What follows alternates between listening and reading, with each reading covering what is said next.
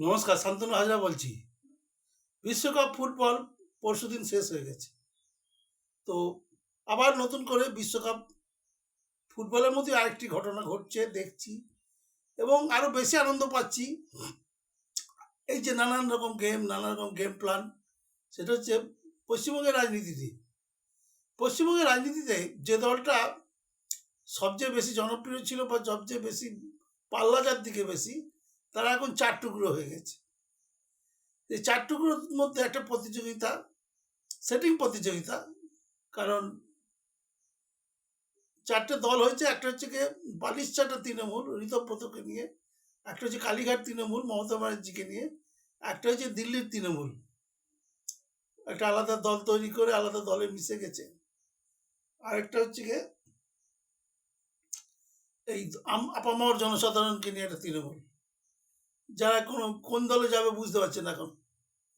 এইভাবে চারটে দল হয়েছে, এবং এই দলের কুশীলভরা জমি দিচ্ছে একে খেলা। যেমনি মদন মদন ভাম বলি নাকি, কারণ বয়স হয়েছে না। এ বলেছে কালকে যে অভিষেক তুই চলে দেখি কত বড় ক্ষমতা, তোকে 2 ঘন্টা সময় দিলাম। এইভাবেই সুদীপ বন্দ্যোপাধ্যায় একদিকে, তার স্ত্রী ছাড়াছাড়ি হয়নি নয়না বন্দ্যোপাধ্যায় একদিকে। কখনো কখনো দেখা যাচ্ছে যে কালীঘাট তৃণমূলের যে সর্বাধিনায়ক অভিষেক বলছে, শুভেন্দু মুখ্যমন্ত্রীকে উদ্দেশ্য করে বলছে, শুভেন্দু তোর কাপড় খুলে বিচুতি জল দিয়ে দেবো। এইভাবে লড়াই হচ্ছে, মানুষ আনন্দ পাচ্ছে। এবার সব পুরোটাই মক ফাইট, এবং দিল্লিতে তার সঙ্গে তাল্লা দিয়ে চলছে আরশোলা পার্টি, ককরোচ। আর এখানে চলছে এখানেও একটা মক ফাইট চলছে, যে বালিশচারা তৃণমূল এখানে এই পার্টিটাকে, এই খেলাটাকে জমিয়ে দিয়েছে বিখ্যাত মিডফিল্ডার ঋতব্রত। উড়ে এসে জুড়ে বসে প্রধান হয়ে গিয়ে সেই পার্টিটাকে নিয়ে নাচাচ্ছে, কোঁথাচ্ছে।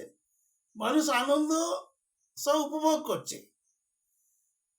রাজত্ব চালাচ্ছে বিজেপি, ডবল ইঞ্জিনের সরকার।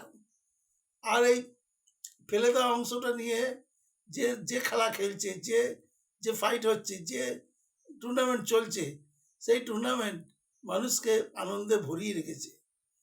আপনারাও দেখুন, এনজয় করুন। ধন্যবাদ।